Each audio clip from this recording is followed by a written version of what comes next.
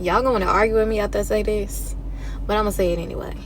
Cause I be reading my Bible, and it's funny because from the beginning of time, some of the greatest men that ever lived, they didn't fall because of war, they didn't fall because of poverty, they fell because of women. No!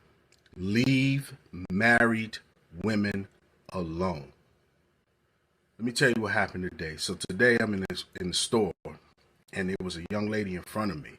Guy comes in there and approaching her, talking to her, and then he asked her, "Yo, you married? You clearly see the ring on her finger." And she said, "Yeah." So he said, "You happy?" What? That's my thought process. So she said, "No." They exchanged numbers. He was like, "Well, call me when the coast is clear." And I just gave him this look like, "You playing a dangerous game, my man." And here's why. You said you do want to be a wife. Yes. Okay. Do I have any other people in the audience who want to be a wife? I'm going to have a deep conversation with y'all right now. You have to prepare yourself to be a wife. If you want to get into your Ruth era, you have to get out of your Jezebel era. Let me say this real quick. I'm going to be biblically sound for just a minute. You're not a believer, cover your ears.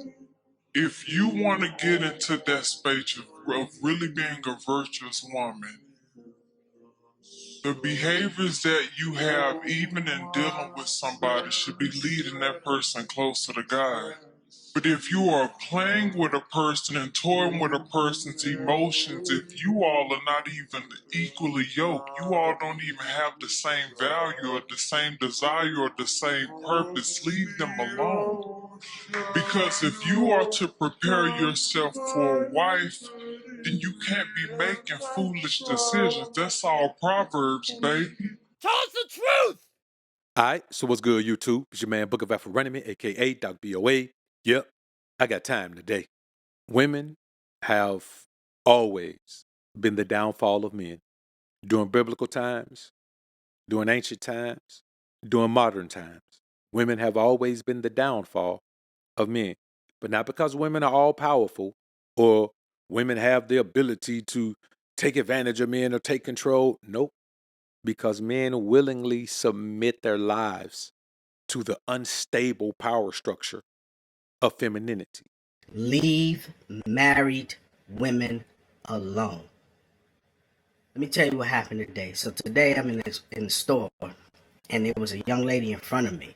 Guy comes in there and approaching her, talking to her, and then he asked her, "Yo, you married? You clearly see the ring on her finger." And she said, "Yeah." So he said, "You happy?" What? That's my thought process. So she said, "No." They exchanged numbers. He was like, "Well, call me when the coast is clear." And I just gave him this look like, "You playing a dangerous game, my man." And here's why. You don't know the mental stability of her husband. You don't know what that man has to do to put food on the table. You don't know what stressors he got in the day. And you don't know what event in his life is needed for him to make sure nobody's breathing in the house again. Right? So why would you play that game? And also, you don't know what he looked like. You may be walking down the street, and next thing you know, you ain't walking down there no more. And you don't know where it came from. The guy walking past you can be her husband. I could have been her husband's friend and taking screenshots of you, man, or whatever. You see where I'm going, man? This is why you don't play with another man's wife. I don't care how fine she is. That's somebody's wife. And if you keep playing, you don't know what could happen to be able to make sure you ain't breathing. You don't know the mental stability of these people. And regardless of whatever goes on in their household, that's still their household as a man.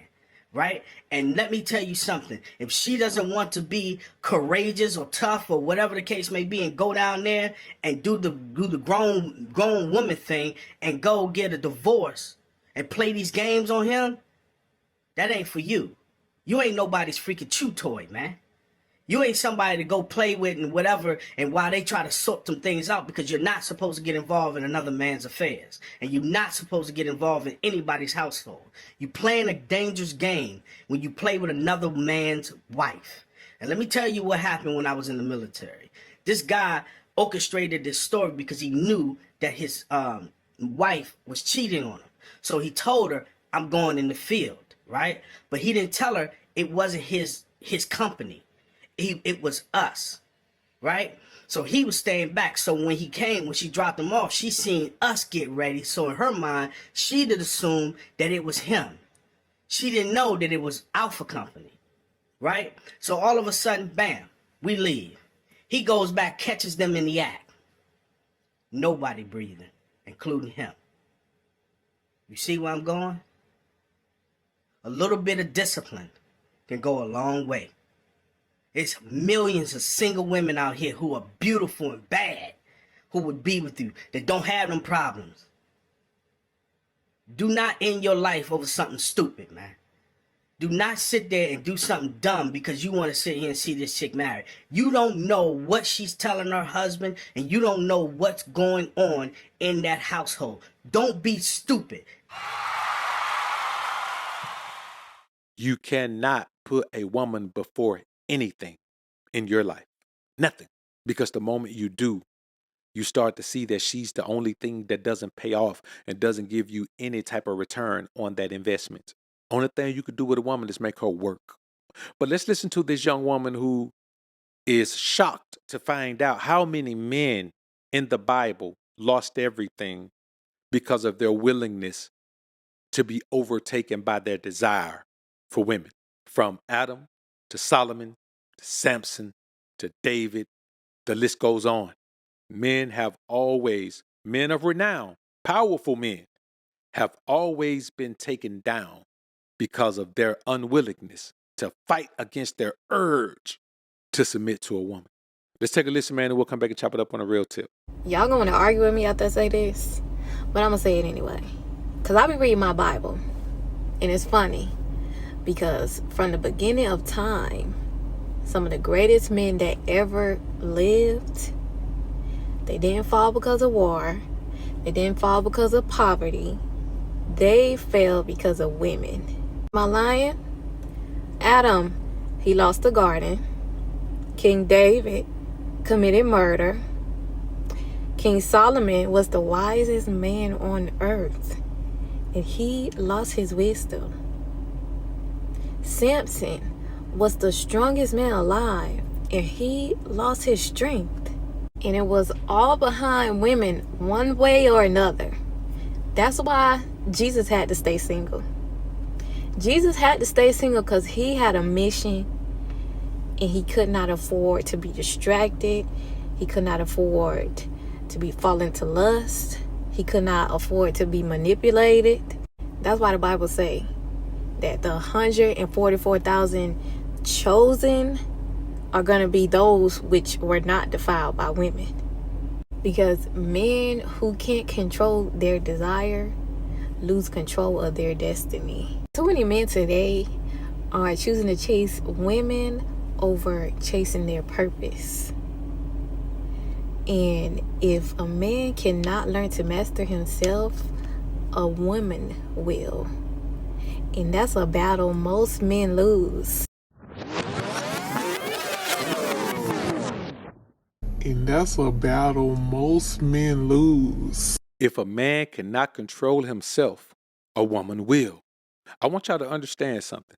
Now, a couple of things she quoted, a couple of things are, kind of leaning to her own understanding a little bit, but she's on the right path. Men have to decide whether you're going to sacrifice or compromise something meaningful in order to get a woman, in order to chase a woman, in order to pursue a woman. Adam only had one woman to deal with. There was no temptation for him. He decided that he was going to compromise and sacrifice and do something that the Most High told him directly not to do. God expressly said, do not eat from that tree. And he never did until his woman said, hey, baby, I ate from that tree. It ain't going to do nothing to you. Well, since you say it's okay, baby, I'll do it. Over. Samson strongest man, slayed 1,000 Philistines with a donkey jawbone. Now, a donkey jawbone is sharp as a razor, but he did it. Woman, strange woman, not even a woman of his people, strange woman, Philistine woman, woman of the same people he had been destroying all that time. Kept trying to run game on him. He kept lying to her. Here go my strength. Ha ha, I got you. Here go my strength. Ha ha, I got you. Here go my strength. Ha ha, I got you. You say you love me. You supposed to tell me what your strength is. I thought you loved me, Samson. You supposed to tell me everything. I can't believe it. You know I love you. You don't even love me. I tell you everything. You won't tell me nothing. Oh, well, okay, baby. You're right. If I get my hair cut, I mean, my strength gonna be gone. Aha, got him. Ruined his life. Lost his vision. Lost his strength. Lost his life over this strange woman. David saw this man, old lady, man, she was so fine to him. He told the general of his army, said, hey, man, put that man right there on the front line so they could take him out. You know, back then it was hand-to-hand comeback. So front line, you was automatically gone. And he did it. Took that man wife, brought her into his castle, had a baby with her. That baby was on his heart. God told him, nah, bro, that baby right there, you ain't going to be able to keep that one. Man, the man did all kind of things, man. Everything you supposed to do, rent his clothes, covered his head in ash, man, covered himself in sackcloth, did everything he was supposed to do. But that sick baby went away from him. You understand me? Solomon, David's son, wisest man ever, wisest man. People came from all over the place, man, just to hear the man wisdom, just to hear him spit the wisdom, understanding the knowledge that the Most High blessed him with. Started multiplying wives to himself.